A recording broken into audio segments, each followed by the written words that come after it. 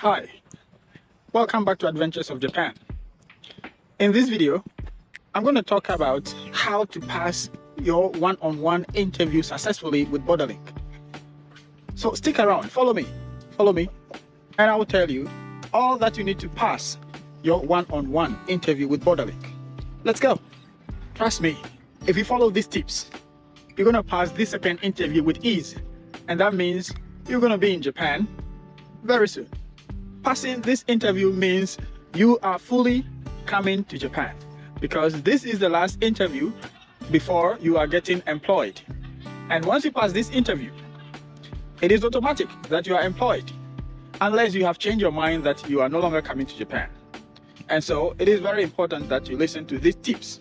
I'll be talking about 3 things, and I will share a bonus aside the 3 things. So stick around and let's get into it.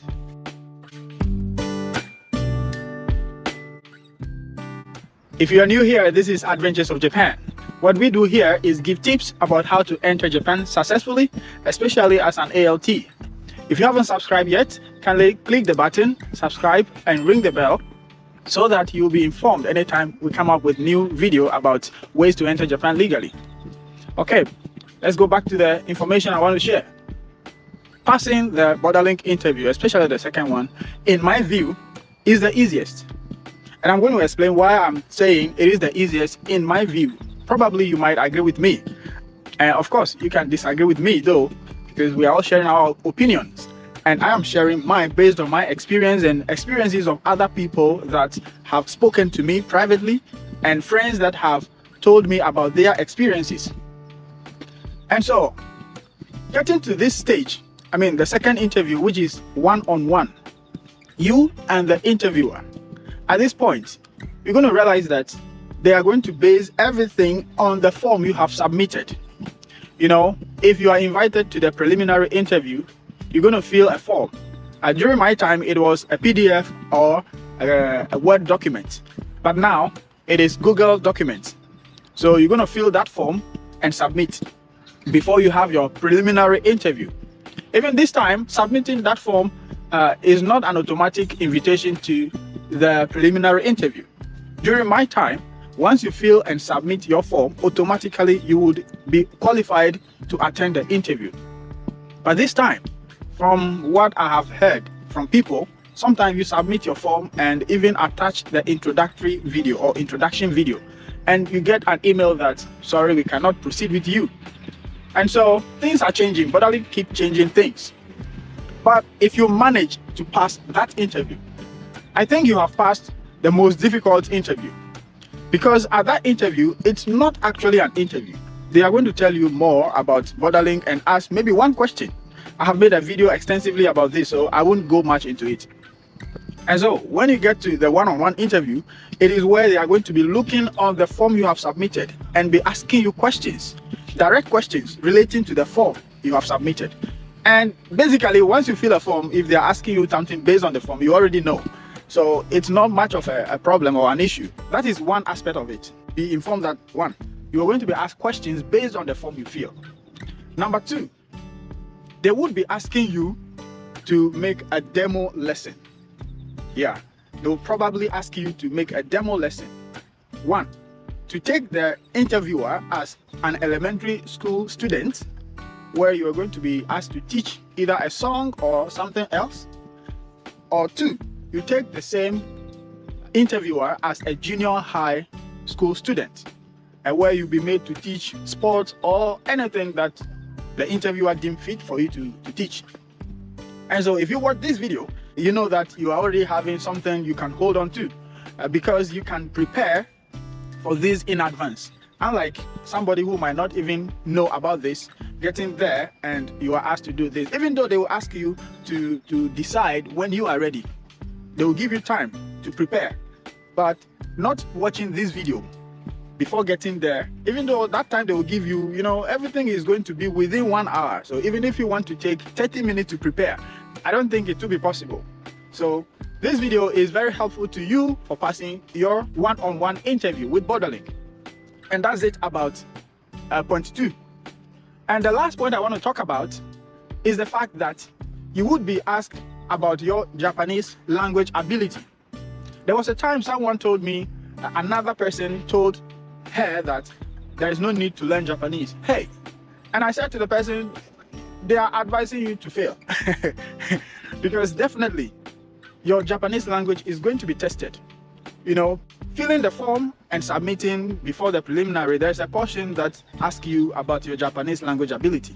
However, if you don't get to the one-on-one stage, you would think that the form you fill actually has no importance. But when you get to the one-on-one interview, you're going to realize that, hey, the form actually has value. And so your language is going to be tested. Sometimes, if you meet a good interviewer, well, I shouldn't say if you meet a good interviewer though, just be prepared. Some interviewers would try to ask you questions in Japanese and expect answers from you, just like conversation, something. Depending on your answer, you have given that my Japanese knowledge is this or that. But others would ask you, what's your Japanese language ability? If you say basic, they can ask you to speak what you know for them to see. You understand? This is where I was trying to say if you meet a good person, but actually everyone is good, right? Yeah, so those are the things, those are the 3 tips I have for you in this video.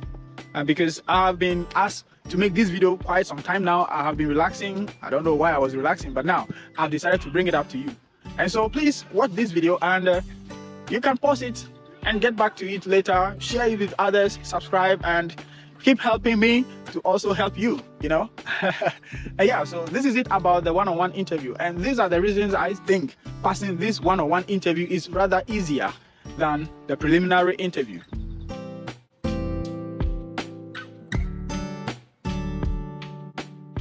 And let me shock you with something. Sometimes Borderlink is an institution made of humans, and no human being is perfect. And this I'm sharing with you is an experience with my own cousin. He passed the preliminary interview and he was scheduled for the one-on-one interview. Being ready, you know, Ghana and Japan, our time difference, 9 hours difference. He was ready because the time he chose was somewhere dawn in Ghana. But when the time came, the interview time came, he wasn't reached out to. And he was worried. So he had to email them, and even he had to make phone call, direct phone call. Because when you pass the preliminary interview, you can have access to call them directly. I think so. Yeah, so he said he called them directly. And they said, oh, we are sorry. They apologized for forgetting that they have an interview with him. And they said that he should give them like 10 minutes before they set up everything. And it was clear that they just were not ready for him. So during the interview, he said when he got to the Japanese language ability, instead of asking him to speak what he knows, the man was rather trying to ask him, converse with him in Japanese, like normal Japanese, which he wasn't up to that level. And you know, they were just trying to look for something to, you know. So in the end, they were like, oh, we are sorry, we cannot proceed with you. The thing is, they will tell you, we cannot give you reasons for not going forward with you because we have so many, you know. But from my experience, after my one-on-one interview, I had the opportunity to question the interviewer. I asked, because he asked me if I have any question. Then I asked him, well, this is unofficial, I know. However, I would be grateful if he could be bold enough to tell me my performance. How was my performance? Then I realized he was taken aback a bit. Then he was like, okay, well, this is unofficial though, but he thinks I did well, and that they prefer that people make an effort to speak the language before they employ them. It's not a matter of saying, when I come, I'm going to learn. No, they prefer someone who have started making the effort of learning the language. This is why I am confident to tell you that the language is a factor. Okay? And so you are lucky to have me here sharing this with you, because it's going to make your journey smoother than I had it. It doesn't mean because I did not get somebody to tell me so I shouldn't share this with you. I'm glad to share with you. If you are glad to hear this information, kindly drop it in the comments. and let's keep supporting each other. Let's share this to everyone so that we all can get this information and we can all pass our interview. Okay? And lest I forget, I said I was going to share a bonus tip with you, right? And here's the bonus. When you're asked to teach a song to elementary school students, if you are taking the interviewer as an elementary school child, teaching a song is in, let's say, 3 folds. At first, you need to sing the song fully to the child or the learner to listen to. Yeah, after you inform him or her that today we're going to learn a song, so this is the song. So first ask them to listen to the song. You sing from A to Z. That's number 1. And after that, you sing it part by part and let them sing after you. Okay? So you repeat the process until you finish singing all the songs. So you can decide to break it into 3 depending on the length of the song. Okay? And lastly, you sing the full song together. That is the bonus. This is how you teach a song to a student. And so taking the interview as a student, you need to go through the same procedure because they already know this. Okay? Yeah, so try and follow these tips and you're going to have it smoothly. And even though I shared all these things, sometimes situations change. Yeah, situations change.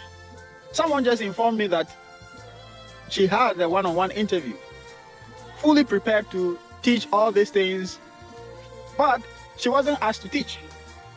Yeah, she wasn't asked to teach. So she was asked questions based on the form she submitted. She was asked about the Japanese language ability, but she wasn't asked to teach.